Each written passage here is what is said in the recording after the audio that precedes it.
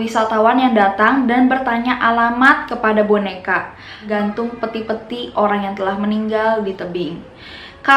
Dan waktu mereka menggali dan melihat setiap jasad-jasadnya, jasad yang datang ke sana, katanya sih kalian benar-benar bisa deket banget sama tengkorak-tengkorak alias mumi-mumi yang membuat bisa mereka 5 kali lebih kuat, bahkan 5 kali lebih mematikan daripada ular-ular biasa seperti tentara, lalu mengacungkan golok kepada dirinya, dan ia pun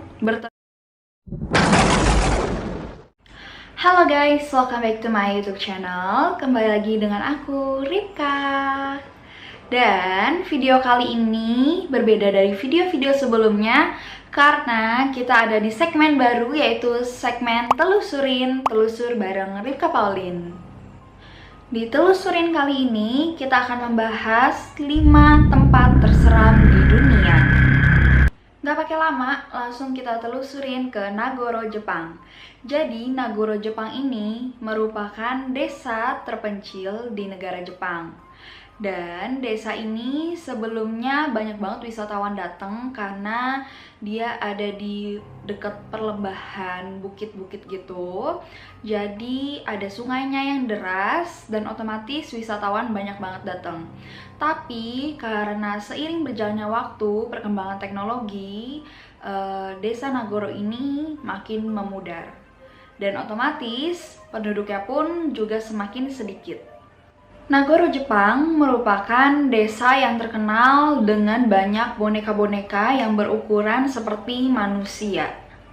Dan boneka-boneka tersebut memenuhi banyak tempat-tempat seperti persawahan, halte, bahkan sekolah, juga rumah-rumah. Boneka tersebut awal mula dibuatnya oleh Tsukimi Ayano. Tsukimi Ayano ini adalah seorang anak perempuan yang tadinya dia memang tinggal di Nagoro, lalu ia sempat pindah ke Osaka dan kembali lagi ke Nagoro setelah ayahnya berumur 90 tahun. Waktu ia pergi, ia tahu bahwa penduduk di sekitar Nagoro ada sekitar 300 orang. Namun setelah ia kembali, Nagoro hanya tinggal tersisa 30 orang. Bahkan di saat dia kembali pada tahun 2012, anak SD di kelas 6 hanya tinggal 2 murid. Dan di saat itu, 18 tahun silam, warga-warga terakhir mendengar tangisan bayi. Setelah itu, sekolah itu pun tutup dan tidak ada tangisan bayi atau anak kecil lagi. Dan sebenarnya Tsukimi Ayano tidak ada maksud untuk mempopulerkan desa ini, tapi berawal dari membuat orang-orangan sawah. Dan ada saat dimana wisatawan yang datang dan bertanya alamat kepada boneka. Lalu ia tertawa dan ia berpikir, dan semakin rajinlah ia untuk membuat boneka-boneka untuk memenuhi seluruh penduduk desa Nagoro. Setelah Ayano membuat semakin banyak boneka, penduduk-penduduk yang benar-benar masih ada pun terinspirasi untuk juga ikut membuat boneka, dan bahkan ada yang memesan boneka untuk menemani di dalam rumahnya supaya tidak kesepian. Dan bahkan setelah banyak boneka-boneka yang tinggal di Nagoro, mereka layaknya seperti manusia, tinggal di dalam rumah, bahkan ada di pinggir jalan, di halte, dan di pasar maupun di sawah. Ayano masih merasa kurang dengan kehadiran anak-anak kecil. Dan akhirnya ia pun membuat boneka juga yang ukurannya lebih kecil. Nah guys, gimana menurut kalian tentang Nagoro? Ada nggak dari kalian yang mau ke sana? Mungkin aja kalian merasa kesepian dan ingin hidup dengan boneka. Kalian mau? Selanjutnya, dari Jepang kita akan telusurin ke Sagada, Filipina. Di Sagada, Filipina ini memiliki adat istiadat, yaitu peti mati digantung. Kalau kalian banyak biasanya melihat orang-orang yang meninggal akan dikuburkan di bawah tanah, kalau yang ini berbeda. Peti mati kalian akan digantung di tebing-tebing. Meski terlihat sangat janggal dengan menggantung peti-peti orang yang telah meninggal di pinggir tebing, tetapi sesepuh suku Igorot di Sagada, Filipina, memiliki alasan kenapa sih ia menggantung peti-peti orang yang telah meninggal di tebing. Karena ia berpikir kalau dikuburkan, petinya akan membusuk dan juga mayatnya akan dimakan oleh hewan. Itu yang pertama. Yang kedua, mereka juga takut kalau seandainya kuburannya digali lagi dan tengkoraknya diambil.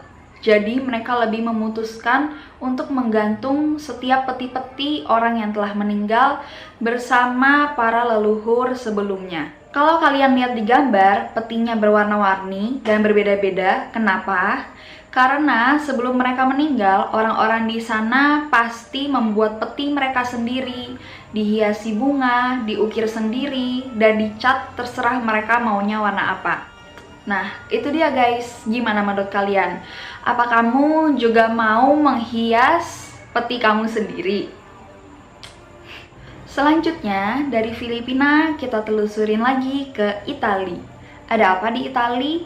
Di Italia ada Capuchin Catacomb atau yang bisa disebut Museum Kematian yang terkenal di Sisilia, bahkan bukan hanya di kota Sisilia tapi di seluruh Italia. Katakombe Capuchin di Palermo berasal dari tempat pemakaman para biarawan. Setelah menetap di tempat ini, para biarawan Capuchin pada tahun 1534 di bawah altar Saint Anne Gereja Santa Maria. Mereka menciptakan sebuah kuburan massal di mana para biarawan mati dan ditempatkan di sana. Namun sayangnya pada tahun 1597 komunitas Capuchin semakin bertumbuh dan semakin banyak.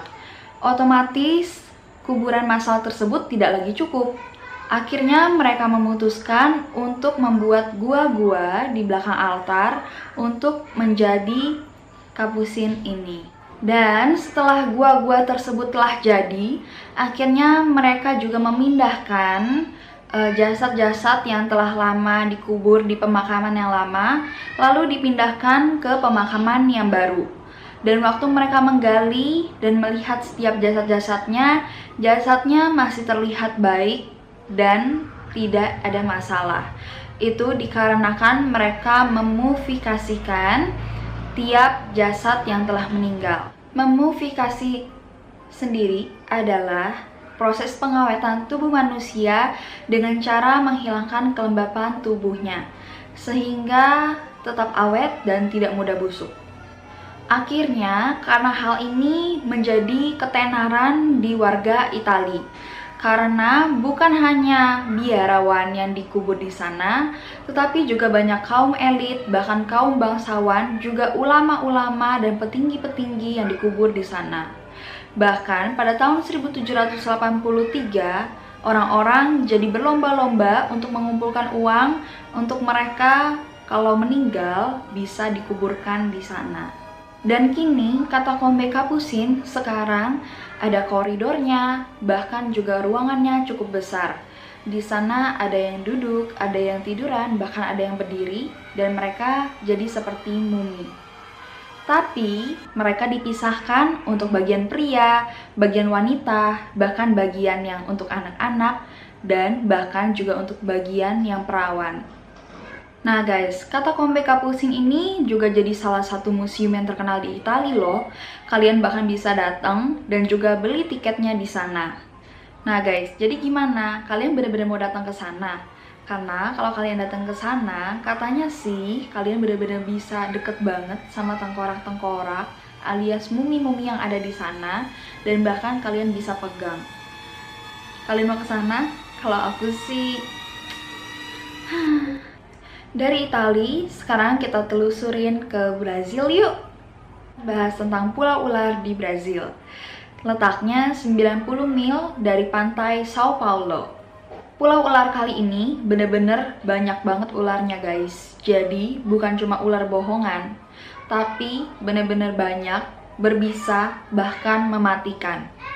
Ular-ular di sana bahkan terkenal dengan ular-ular emas, yaitu Golden Lancet Viper. Jadi di sana ada 4.000 ular Golden Lancet Viper, dan dalam 1 jam saja dia bisa membunuh manusia dengan bisanya. Mengapa ular-ular di sana bisa sangat mematikan? Karena Ketika 11.000 tahun yang lalu, ketika permukaan laut naik, otomatis mereka jauh dari daratan Brazil. Dan ketika mereka tidak menemukan mangsa lagi, mereka terisolasi dan mereka pun menjadi hyper berevolusi. Lingkungan mereka yang berubah, mereka harus beradaptasi dan tidak dapat memangsa yang ada di daratan. Akhirnya mereka memangsa yang ada di udara. Dan mereka selalu naik ke pohon untuk memangsa burung-burung di udara. Sayangnya mereka tidak bisa menunggu bisa tersebut mematikan burung, karena burung tersebut akan jatuh di tempat lain. Akhirnya mereka berevolusi lebih lagi untuk membuat bisa mereka 5 kali lebih kuat, bahkan 5 kali lebih mematikan daripada ular-ular biasa atau rekan-rekan ular yang lain. Banyak penduduk yang tidak percaya dengan pulau tersebut dan mereka memaksa masuk. Dan ketika mereka masuk, mereka tidak akan pernah keluar dari pulau itu karena saking banyaknya ular yang tinggal di pulau tersebut. Penduduk pun sempat membakar pulau itu karena mereka ingin pulau tersebut bisa menjadi persawahan, bahkan perladangan daripada hanya dihinggapi ular. Tapi sayangnya semakin kesini ularnya pun semakin banyak, semakin berbisa dan semakin mematikan. Nah guys, jadi apa kamu mau ke pulau ular? Pikir-pikir lagi ya, kalau kamu ke sana kamu gak bakal bisa keluar loh. Selanjutnya, setelah kita telusurin banyak negara, sekarang kita telusurin negara kita, Indonesia. Gunung berapi Kawah Ijen. Pasti banyak dari kalian yang tahu gunung ini berada di Pulau Jawa, tepatnya di Banyuwangi. Puncak Jawa ini memiliki suhu abnormal di atas 1000 derajat Fahrenheit dan terbakar ketika merembes melalui celah-celah dan juga bersentuhan dengan udara lain. Gas-gas tersebut kadang mengembun menjadi sulfur cair. Itu kenapa Kawah Ijen menjadi sangat indah ketika gelap karena mengeluarkan cahaya berwarna biru kehijauan, dan banyak sekali penduduk Indonesia yang bela-belain ke sana hanya untuk melihat warna biru kehijauan pada jam 5 pagi. Kawah Ijen sendiri berada di ketinggian 2386 mdpl. Terakhir meletus pada tahun 1999. Hingga saat ini, gunung tersebut masih dalam keadaan aman.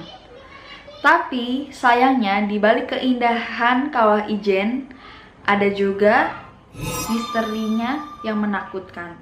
Misteri tersebut bisa dibilang misteri yang sangat menakutkan bagi seorang pendaki dari Probolinggo yang tepatnya terjadi pada Desember 2016. Pendaki ini sempat hilang dalam beberapa hari. Lalu ia ditemukan oleh pekerja penambang belerang di Kawah Ijen. Waktu ditemukan pun pendaki ini terlihat linglung dan pucat. Setelah ditemukan, akhirnya ia dibiarkan istirahat, lalu baru ditanya-tanyai apa yang terjadi di dalam Kawah Ijen dan mengapa kamu bisa sampai hilang. Akhirnya ia menjawab dan ia mengaku bahwa selama di hutan Kawah Ijen, ia dikejar-kejar oleh segerombolan orang yang memakai seragam seperti tentara, lalu mengacungkan golok kepada dirinya, dan ia pun berteriak minta tolong, tetapi seperti tidak ada yang mendengarnya. Nah guys, tapi di balik cerita misteri tersebut, percaya nggak percaya, katanya para pendaki yang pernah naik ke Gunung Kawah Ijen, mereka suka menemukan nenek yang suka menolong. Terkadang ketika mereka tersesat, mereka bingung, mereka akhirnya bertemu dengan nenek tersebut. Dan nenek tersebut meminta mereka untuk bercerita apa yang sedang terjadi. Akhirnya mereka akan bercerita kalau mereka mungkin akan ingin naik ke puncak gunung. Akhirnya nenek tersebut akan meminta para pendaki untuk menutup matanya, lalu saat ia membuka mata, mereka akan tiba di puncak Gunung Kawah Ijen. Nah, jadi gimana menurut kamu? Apa kamu juga mau pergi ke sana, naik gunung untuk mencari udara segar dan melihat keindahan pada jam 5 pagi? Ini dia guys, 5 tempat di dunia yang mengerikan menurut Telusurin. Telusur bareng Ripka Pauline. Kalau kalian suka dengan video dan konten aku kali ini, please bantu aku dengan klik like, comment, and subscribe. Juga share ke teman-teman kalian semua supaya aku semangat untuk buat video-video terus yang bermanfaat untuk kalian. Oke deh guys, see you on my next video.